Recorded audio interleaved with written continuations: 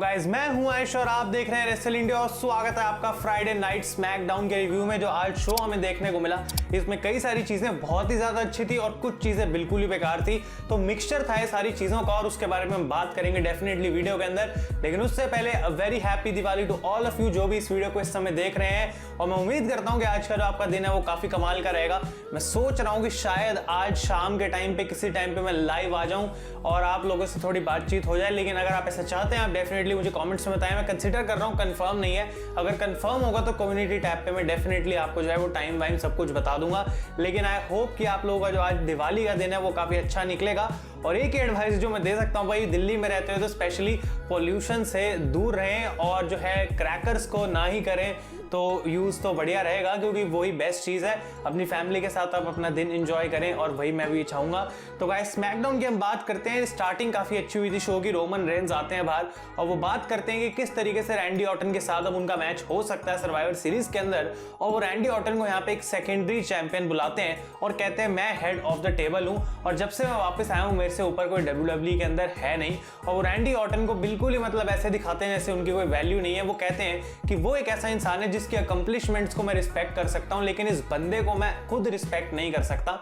तो Drew McIntyre आ जाते हैं बाहर, जो कि एक सरप्राइज था क्योंकि ऑब्वियसली वो मंडे नाइट रॉ पे हैं। और मैकिंटायर आके बोलते हैं यहाँ पे रोमन को कि भाई देखो, तुम ऑर्टन की बात कर रहे हो लेकिन ऑर्टन तो चैंपियन रहने नहीं वाला सर्वाइवर सीरीज में, क्योंकि इस मंडे को मैं ऑर्टन को हराऊंगा आने वाली रॉ के अंदर और मैं WWE चैंपियनशिप को जीत जाऊंगा। तो ये बात ड्रू मैकिंटायर रोमन रेंज को कहते हैं और Roman Reigns basically Drew McIntyre के सामने भी ऐसा ही दिखाना चाहते हैं कि कोई भी हो, कुछ भी हो, कोई फर्क नहीं पड़ता उनको।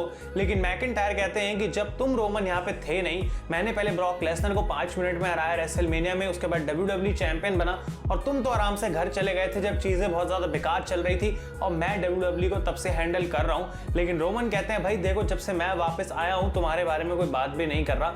तो इन दोनों के बीच में काफी बहसबाजी चल रही होती है और भागते हुए रिंग के अंदर आ जाते हैं जे ऊसो और ऊसो रोमन को पीछे करके एकदम से बहसने लग जाते हैं मैकिंटायर के साथ। और वो कहते हैं ड्रू को कि अगर तुम्हें इतनी ही प्रॉब्लम है तो तुम मुझसे आज एक 1-on-1 मैच में लड़ो।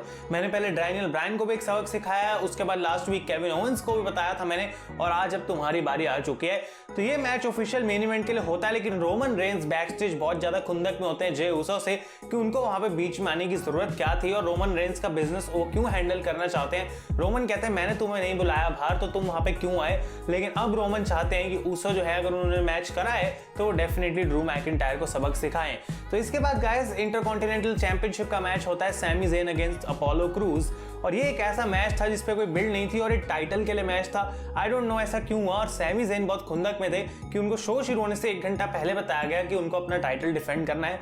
और मैं सैमी की बात बिल्कुल समझ सकता हूँ, क्योंकि विंस मैकमैन शो से यूजुअली 1 घंटा पहले अपना जो शो है उसको लिखना शुरू करते हैं। तो सैमी ऐसा होता रहेगा कि तुम्हें शो में आना है तो लास्ट मोमेंट पे ही पता लगेगा कि क्या होना है। लेकिन यहाँ पे जो उनका मैच हुआ अपोलो क्रूज के साथ, सैमी जीत गए काउंट आउट से, क्योंकि उन्होंने एप्रन को निकाला और पीछे कोई स्टील था उसके अंदर अपोलो का पैर फंसा दिया और अपोलो आ नहीं पाए रिंग के अंदर। और सैमी ज़ेन यहाँ पे क्लेवर तरीके से इस मैच को जीत गए हैं। तो अभी वो चैंपियन है और सर्वाइवर सीरीज में उनका मैच बॉबी लैशली के साथ होने वाला है, जो कि प्रोबेबली वो हारेंगे। और यहाँ पे उनको सिर्फ इसलिए जितवाया जा रहा है ताकि शो से पहले उनको स्ट्रॉन्ग दिखाया जाए। इसके बाद गाइस, हमें देखने को मिलता है कि साशा बैंक्स आ जाती है रिंग के अंदर और वो बात करती हैं किस तरीके से बेली को तो उन्होंने अब हरा दिया है, लेकिन कार्मेला उनका अगला टारगेट है, क्योंकि लास्ट वीक कार्मेला ने उनको अटैक करा था। तो यहाँ पे बेली आ जाती है बाहर और बेसिकली ये एक डिस्ट्रैक्शन की तरह काम करता है, क्योंकि पीछे से कार्मेला एक बार फिर से आगे साशा को यहाँ पे अटैक करती है। तो क्लियर हो चुका है कि कार्मेला और साशा की जो फ्यूड है वो कंटिन्यू होगी सर्वाइवर सीरीज के बाद, क्योंकि अभी ऑब्वियसली आस्का के साथ साशा का मैच होना है। और बेली किस तरीके से इसमें रोल प्ले करेंगे वो देखना इंटरेस्टिंग रहेगा, क्योंकि मुझे नहीं लगता कि अभी पूरे तरीके से बेली जो है चैंपियनशिप पिक्चर से बाहर हुई है। इसके बाद गाइस, एक बैक स्टेज सेगमेंट में डॉल्फ जिगलर और रॉबर्ट रूट मजाक बना रहे होते हैं ओटिस का, जो कि बैठ के खाना खा रहे होते हैं। और बेसिकली ये बिल्डअप था एक मैच के लिए। क्या आप सोच सकते हैं कि ये एक मैच का बिल्डअप था और इसके बाद ओटिस और डॉल्फ जिगलर का मैच हमें देखने को मिलता है, जहां पे ओटिस इस मैच को काफी इजीली जीत भी जाते हैं। तो कुछ भी खास यहाँ पे नहीं था। इसके बाद जो बैक स्टेज सेगमेंट हमें देखने को मिली, ये काफी फनी फनी थी क्योंकि ओटिस खड़े होते हैं और चैट गेबल आते हैं उनके पास और वो कहते हैं कि ओटिस, तुम्हें क्या पता है कि तुम्हारे में बहुत ज़्यादा टैलेंट है लेकिन तुम्हें डिसिप्लिन की ज़रूरत है और वो डिसिप्लिन मैं तुम्हें सिखा सकता हूँ। वो उनको एक पैम्फलेट देते हैं जिस पर लिखा होता है अल्फा अकेडमी, जो कि प्रॉब्ली नया ट्रेनिंग स्कूल खोल दिया है गेबल ने, क्योंकि भाई जिस बिजनेस के लिए वो काम करते हैं वो तो उनका कुछ ख्याल रख नहीं रहा, तो उन्होंने खुद का बिजनेस खोल के जो है इसको प्रमोट करना शुरू कर दिया और वो चाहते हैं कि ओटिस उनके साथ आए, ट्रेनिंग करें और ये सारी चीज़ें करें। और वो कहते हैं कि मैं अगर तुम्हें ट्रेनिंग दूंगा तो तुम नेक्स्ट लेवल तक पहुंचोगे। वेल आई थिंक अगर गेबल की ट्रेनिंग इतनी कामयाब होती तो शायद आज वो खुद चैंपियन होते, लेकिन जिस हिसाब से गेबल के साथ चीजें चलती हैं आई थिंक गेबल की ट्रेनिंग परफेक्ट रहेगी और जब ट्रेनिंग खत्म हो जाएगी तो ओटिस भी साथ में गेबल के केटरिंग में बैठे होंगे और दोनों के लिए कोई भी प्लान्स नहीं है। तो ये एक फनी चीज है, लेकिन गाइस आई होप कि ये कुछ ना कुछ काम करे और आगे जाके ओटिस का भी फायदा हो, गेबल का भी फायदा हो, लेकिन अभी हम कुछ खास इससे उम्मीद लगा नहीं सकते। इसके बाद हमें द फाइनल चैप्टर देखने को मिलता है सेथ रॉलिंस और रे मिस्टीरियो के बीच में, जो कि एक नो होल्ड्स बार्ड मैच था।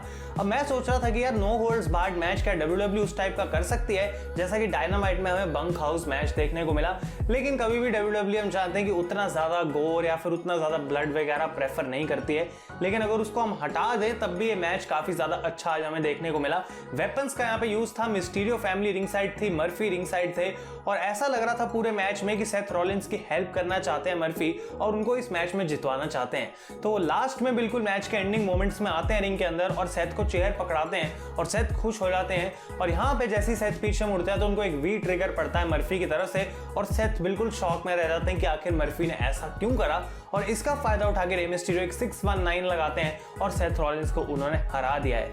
तो ये जो इतनी लंबी पूरी फ्यूड चली गाइस, ऑफिशियली आज WWE ने खत्म कर दिया है, इसको फाइनल चैप्टर बोल के एक मैच करा और सब कुछ निपटा दिया। और यहाँ पे मैच के बाद हमें देखने को मिलता है कि अलिया पहले जाने की कोशिश करती है मर्फी के पास और रे मिस्टीरियो उनको रोकते हैं, लेकिन मिस्टीरियो फिर खुद मुड़ते हैं और हाथ मिला लेते हैं मर्फी से और अलिया ऑब्वियसली खुश हो जाती हैं, वो गले मिलती हैं और शायद इन दोनों का जो रिश्ता है वो पक्का हो गया, हम समझ सकते हैं। मर्फी के पेरेंट्स आई डोंट थिंक पूछने की भी जरूरत है क्योंकि मर्फी पहले ही मना चुके होंगे, लेकिन मिस्टीरियो फैमिली जो थोड़ी सी दिक्कत कर रही थी, अब शायद हमें नेक्स्ट वीक में शादी वादी भी देखने को मिल जाए, आई डोंट नो। लेकिन गाइज ये मिस्टीरियो फैमिली का जो प्लान था वो ऑब्वियसली जो स्टोरी लाइन थी वो अब बिल्कुल सही हो गई है क्योंकि मर्फी ने उनको मना लिया है और सेथ रॉलिंस बहुत गुस्से में है और उन्होंने अपने आप को एक मैच में डलवा लिया नेक्स्ट वीक अगेंस्ट मर्फी और वो उनसे बदला लेना चाहते हैं।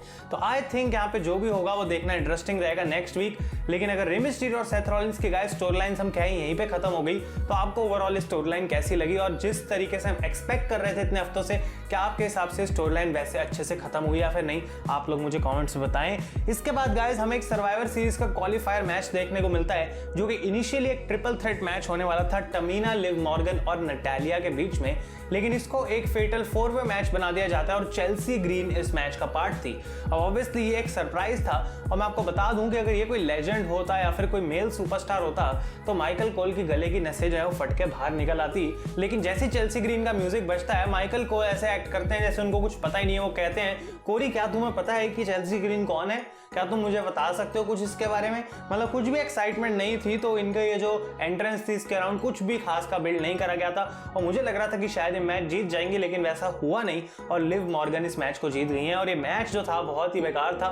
मतलब मैं आपको ओवरऑल भी बताऊं तो ऐसी एंडिंग थी इसकी कि नटालिया रिंग के अंदर गिरी हुई है और टमीना को यहाँ पे एक मूव लगाती हैं लिव मॉर्गन और क्लियरली ऐसा लगता है कि अगर लिव मॉर्गन पिन करेंगी टमीना को तो नटालिया ऑब्वियसली उसको ब्रेकअप कर देंगी, लेकिन नटालिया क्या करती हैं कि रोल होते होते धीरे धीरे रिंग के बाहर चली जाती हैं और जिस समय लिव मॉर्गन पिन कर रही होती है टमीना को मुझे दिख रहा है पीछे से कि नटालिया यूं छुप के देख रही है कि ओके पिन हो गया, मैच खत्म हो गया।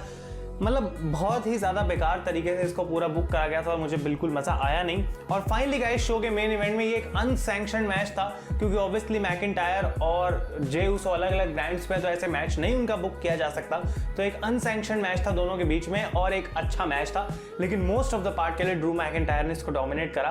काफ़ी कमाल के मूव्स करे मैकिंटायर ने, यहाँ पे किप अप्स कर रहे थे और उसके ऊपर से उल्टे लटके हुए थे रोप पे, उठ के एक और थ्रो करते हैं जे उसो को। मतलब फैंटास्टिक परफॉर्मेंस थी यहाँ पे ड्रू मैकिंटायर की तरफ से स्पेशली। और मैच के एंडिंग पार्ट्स में रोमन रेंज आते हैं बाहर और ऐसा लगता है कि वो ऊसो को बोल रहे हैं कि तुम इसको सिर्फ हराओगे नहीं, तुम इसको सबक सिखाओगे, you will make him understand कि क्या मतलब है रोमन रेंज से पंगा लेने का। तो जे उसो काफी एनर्जेटिक हो जाते हैं, वो जाने की लड़ने की कोशिश करते हैं, लेकिन he gets a claymore to his face and he loses the match. और मैच के बाद ड्रू मैकिंटायर रिंग के बाहर आते हैं और रोमन से जो है वो उनका फेस टू फेस एक बार फिर से होता है। और यहाँ पे रोमन कहते हैं कि भाई अगर तुम मंडे को टाइटल जीतते हो तो हम अगले संडे मिलते हैं 1-on-1 इन द रिंग, और रोमन रेंज वहां से चले जाते हैं। तो आई थिंक ये सिर्फ एक हफ्ता पास करने वाली बात थी WWE के लिए, और मुझे नहीं लगता कि रैंडी ऑर्टन हारने वाले हैं अपना टाइटल रॉ पे। तो अगर वो नहीं होता तो अगले फ्राइडे प्रोबेबली रोमन और ऑर्टन के बीच में हमें कुछ ना कुछ देखने को मिल सकता है। लेकिन अगर ड्रू मैकिंटायर आ सकते हैं स्मैकडाउन पे तो रोमन रेंज भी डेफिनेटली मंडे नाइट रॉ पे जा सकते हैं, और हम उसकी एक्सपेक्टेशन रख सकते हैं for next weeks Monday night raw. तो गाइस ये था स्मैकडाउन का रिव्यू। अगर आपको वीडियो पसंद आई है तो लाइक करें। Thank you so much for watching, और अपने ओपिनियंस मुझे कमेंट्स में जरूर बताएं। मैं हूं आयुष और आप देख रहे हैं रेसल इंडिया।